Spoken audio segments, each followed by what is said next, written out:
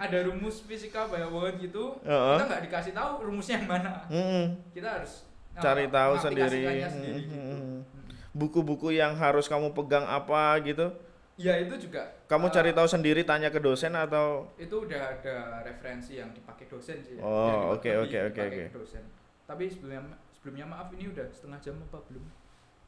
Ingetin kali aja. Ingatin daripada kita ngobrol kepanjangan terus mati toh. 21 menit. Oke, aman. Oke, tadi sampai mana? Sampai referensi. Dosen akan ngasih ini bukunya yang saya pakai adalah dari ini, tapi tidak menutup kemungkinan kalau kita cari buku sendiri atau cari dari internet banyak banget. Dalam satu mata kuliah itu berapa buku yang kamu pegang? Kalau di SMA ya bedanya salah satunya. Kalau di SMA kan satu buku satu mata pelajaran. Ya dilengkapi ini sih Pak sama latihan soal. LKS ya. Itu waktu SMA kan les juga ya, jadi dapat modul gitu. Oke. Kalau di kampus? Kalau di kampus satu mata kuliah itu bisa berapa buku? Paling banyak sih aku 3 Pak. 3. Yang pertama itu referensinya itu pertama PowerPoint dari dosen. Kedua itu ada buku kayak ya buku apa ya? Buku novel gitu. Bukan kayak novel gitu. Bukan buku paket ya namanya. Udah beda lagi. Oke. Gitu. Terus sama ini apa? Kayak kumpulan materi dari alumni sih aku minta. Oke. Kita harus juga usaha sendiri punya konektivitas sama alumni atau kakak koneksi terhadap kakak tingkat. Misalnya berarti kalau di SMA itu kakak-kakak kelasnya punya buku catatan apa? Mungkin ini kalau kita ambil. Kalau yang anak asrama udah paham banget ya. Oke. Anak asrama steady ya. Iya, asrama. Oke. Kok diam? Oke.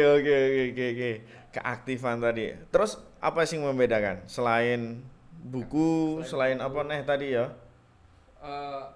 Ininya ya, inisiatifnya. Paling beda. Kebebasannya tadi ya. Ini.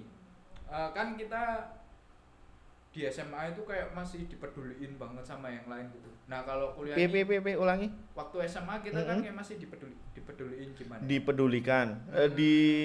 Diperhatikan. Ya, diperhatikan sama guru atau sama teman-temannya itu masih benar-benar masih ya care gitu. Tapi kalau waktu kuliah ini kayak cuman bisanya ya ada circle itu, Pak.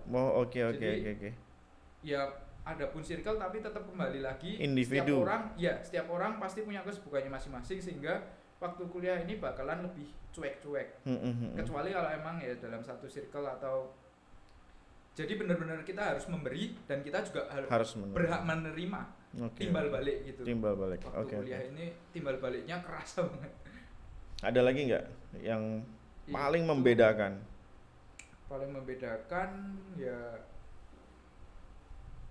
kemandirian, kedewasaan. Memanage waktu. Nah, kalau waktu SMA ini ya masih sering. Kalau belajarnya waktu SMA karo belajarnya waktu kuliah sama nggak? Nah, itu waktu SMA sama kuliah beda. Kalau SMA kan terjadwal lebih ya? Lebih terjadwal. Kalau banyak merhatiin di kelasnya. Karena kan waktu SMA juga lebih, tapi enggak juga di 50-50 kan offline online-nya. Oke. Berarti masuk pandemi ya? Masuk pandemi itu lulus lulus sebagai jalur pandemi ya. Iya. Tapi kan bagiannya Tapi kan merasakan 2 tahun. Bukan 2 tahun, 1,5 tahun, Mbak. 1,5 tahun tatap muka. Terus 1,5 tahun online. Jadi 50-50. Di kampus juga udah masuk apa belum sih? Di kampus ini besok Selasa sebenarnya ada hybrid tapi kan belum. Hybrid itu apa? Hybrid itu jadi kayak selang-seling gitu. Oke. Dibatasi, pembatasan. Cuman satu mata kuliah aja sih kalau itu yang boleh masuk. Oke. Apa yang paling kamu rindukan masa SMA? Paling rindu ya jelas kumpul sama teman-teman tuh ya. Kumpul sama teman-teman. Diundang dong teman-temannya, siapa pokoknya kumpul ke sini. Kita podcast bareng kapan? Diagendakan bisa lah. Andai kan bisa. Di apa ya? Di jadwal ya? Akhir tahun mungkin bisa itu. Akhir tahun ya. karena sudah kuliah semua ya. Udah terus kuliah jadi kan, orang ada sibuk yang- ya. Main ke sini kita kumpul bareng-bareng, podcast bareng. Ini kita mungkin singkirkan ya, jadi depan itu terus kita semua lesehan, boleh itu ya? Bisa Agendakan. banget itu, bisa banget. Yang paling di apa, kembali lagi tadi, Kembali yang lagi tadi itu kumpul sama kumpul teman-teman. sama teman-teman. Kalau ngadain event-event gitu sebenarnya kalau offline ya, kalau ngadain event-event sampai malam Kayak Pibama terus gitu. lengkap gitu, kayak rasa kekeluarganya ada banget, Ada, Pak. chemistry-nya gitu ada. Ah. Terus apalagi ya ekstra-ekstranya tadi paduan suara itu keliling-keliling, bukan keliling-keliling Kelilingnya. dalam arti setiap hari. Ah. Ya kayak misalkan itu paduan suara kayak 3 bulan sekali atau 2 bulan 2 bulan sekali ya, ya. gitu kan, itu yang 3 bulan atau 2 bulan lah itu. itulah yang pelayanan itu ya, sisi rohaninya dapat tapi sisi sosialnya juga dapat kan. Terus basket ini juga ya lomba-lombanya pulang malam terus menang, terus semangat buat latihannya gitu kan. Oke. Gitu. Yang biasa diobrolin sama teman-teman, Wah, kalau yang biasa diobrolin sih ya paling bercandaan. bercandaan. Kalau enggak ya absurd banget lah. Bercandaan kuliah sama apa ya? Beda. SMA itu beda. Kalau Karena apa ya? Karena latar belakang budayanya waktu iya. Kalau SMA terbatas.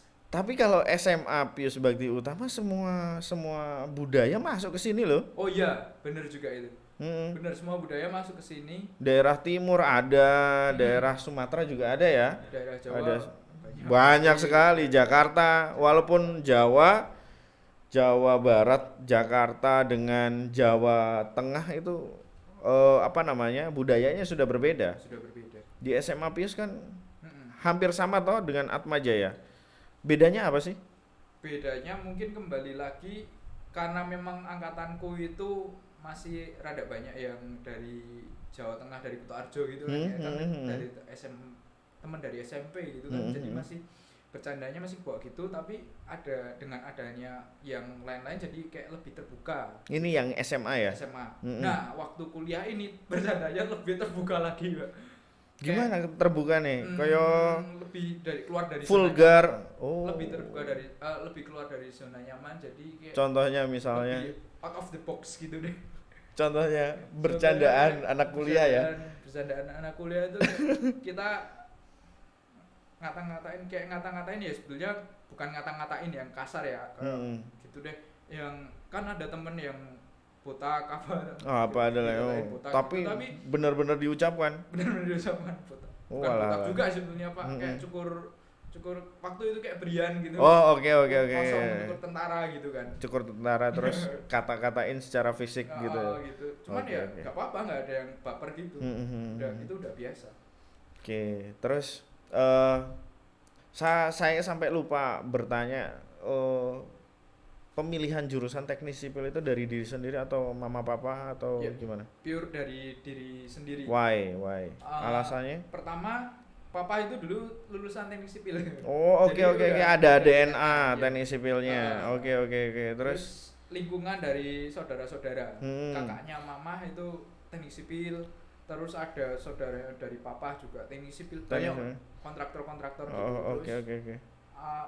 Ini mungkin enggak pure teknik sipil tapi ada hubungannya sama bangunan itu. Adiknya mama juga arsitektur. Arsitek. Memang terhubung. Yang membuat desain itu arsiteknya. Iya. Yang merealisasikan teknik sipilnya. Enggak jauh-jauh dari. Berarti dari sejak kecil itu memang itu ya. Iya. Gumun karo bangunan. Soalnya sekali ngeliat proyek itu kayaknya bisa gumun banget gitu. Terus ya tadi kedepannya ya sudah ya. Terus mau harapan kamu sama SMA ini kayak gimana sih, bro? Harapannya sama SMA ini. Oke, harapan SMA ini lebih inovatif lagi ya Pak. Ini inovatif. Jujur, ini sudah impress banget ini Pak. Impress banget. Waktu dulu kan kayak nggak tercetuskan sama sekali ide ada podcast gini. Ini tiba-tiba aja ada ide podcast gini. Ini ide siapa ya Pak? Ide siapa ya? Kayaknya senyum-senyum merasa ini. Memang Pak Lutfi berpengaruh banget ini di SMA Pius, sudah kelihatan kan. Enggak juga sih. Terus ini cemerlang banget ini idenya podcast ini menurutku. Soalnya di masa pandemi gini kan ya, promosinya tidak sebatas hanya keliling poster dan lain sebagainya. Bisa melalui podcast gini kan. Betul sekali. Itu sangat langkah yang sangat tepat membuat ruang podcast ini.